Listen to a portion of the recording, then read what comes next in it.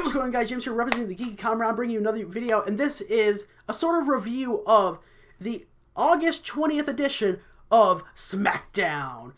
And now, Tyson and I went to the show, and we decided, right before the show started, that we're just going to do live predictions there. We did, and I can safely say that, guess what? I am finally Mr. Two Belts. They're both mine. Oh, and he's here too. Asshole. They're mine.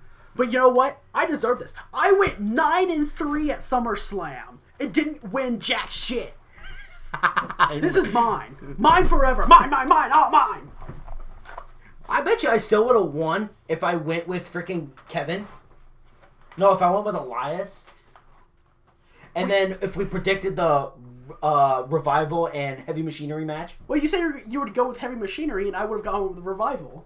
So, you would have still lost. Maybe I went with the Revival, maybe. You said live that night that you wouldn't have. You don't have proof of that. I have all the results written down.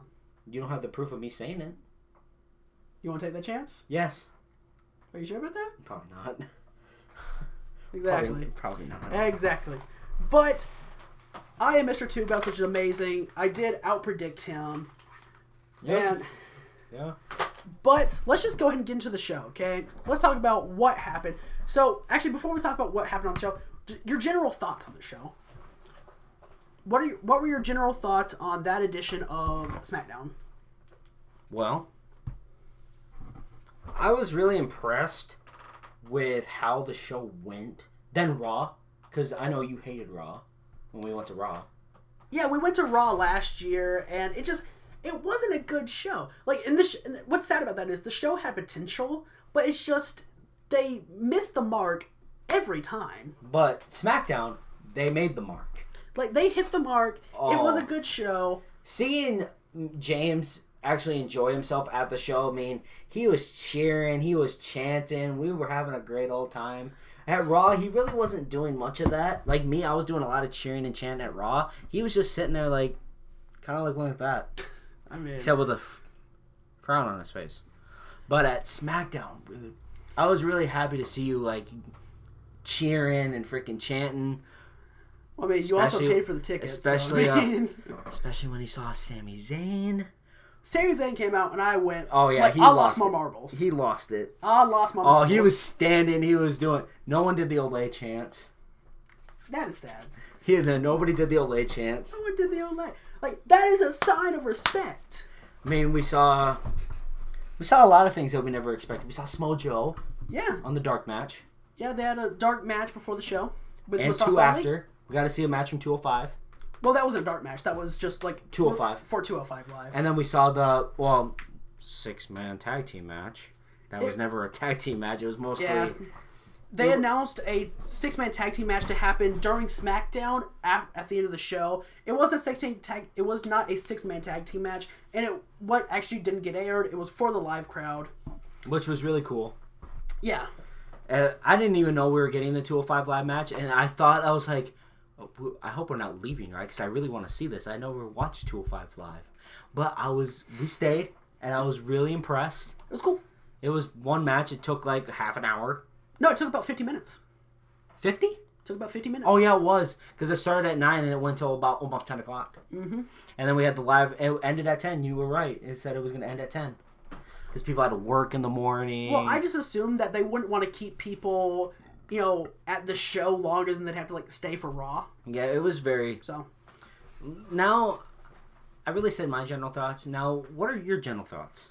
Well, I mean, I thought the show was good. I mean, it wasn't the best episode of SmackDown that you could ever see, but I mean, it was a solid show. You could tell they actually cared. They tried.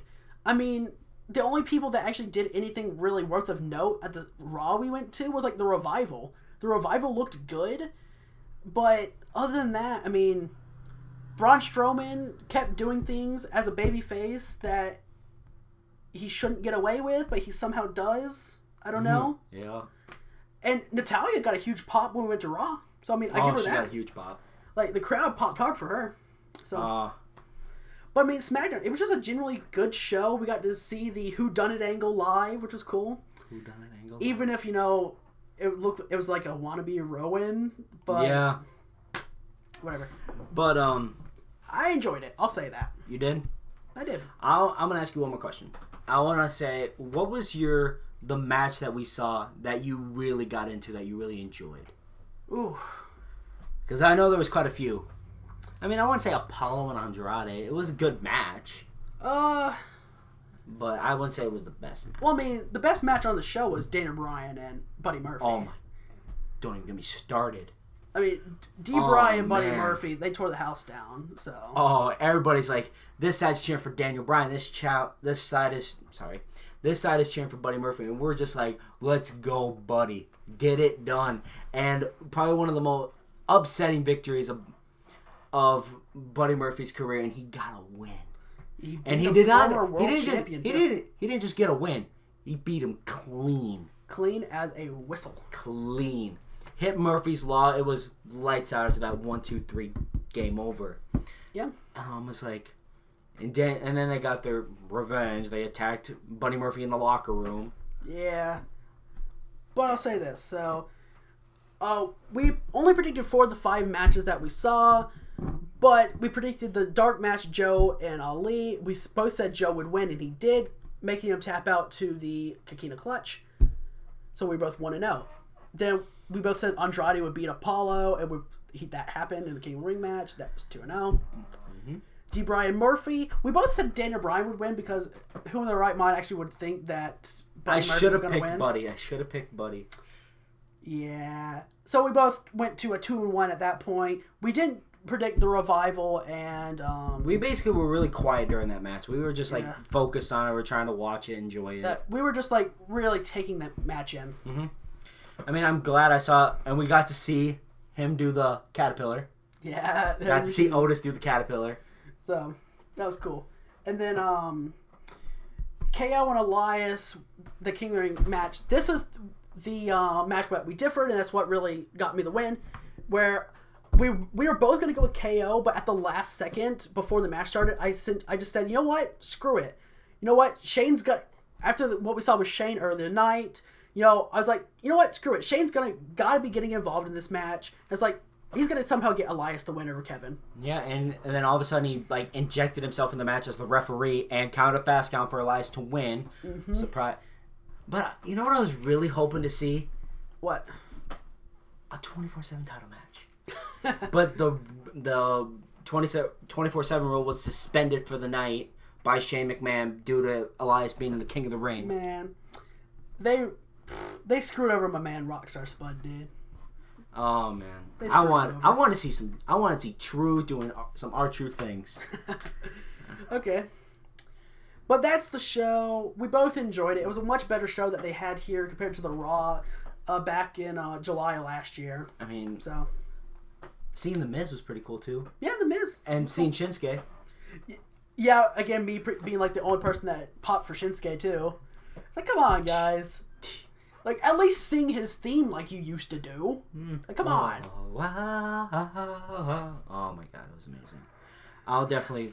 I told James the next time Raw or SmackDown come to I'm going to try my hardest to save up my money, and we're going to get front row seats. We're going to get ringside seats. I'm going to censor out that location. Yeah, true. Privacy issues, like... I just want to get ringside seats. Imagine... Oh, man. At the end of the show, I just wanted to shake Roman's hand. Man, I just wanted them to just throw a pancake our direction, and they didn't throw one pancake our direction. No, what was shocking the most? I mean, yeah, the New Day's throwing pancakes, but Roman throwing pancakes. And he threw it all the way across. It's like, they did not throw a pancake our direction at all. And I was like, throw one, you cowards! I was literally about to hop this barricade we were over and get closer to just grab a little pancake. Grab pancake and maybe shake Roman's hand just a little bit. But I was like, you know what? It's like, I was the voice of reason here. It's like, if you hop the barricade, you'll never make it. Yeah. I told James, what are my chances of hopping the barricade and running all the way backstage? He said I wouldn't get very far. No. He said I wouldn't get very far. The security are there for a reason. Well, I'll say it. You're Mr. Two Belts. Finally. Shine it up nice and bright, because I'll get it back one day. I'll get it back. Clash of Champions coming up. I am now the Tournament Tuesdays and TGC Predictions Champion forever! Okay.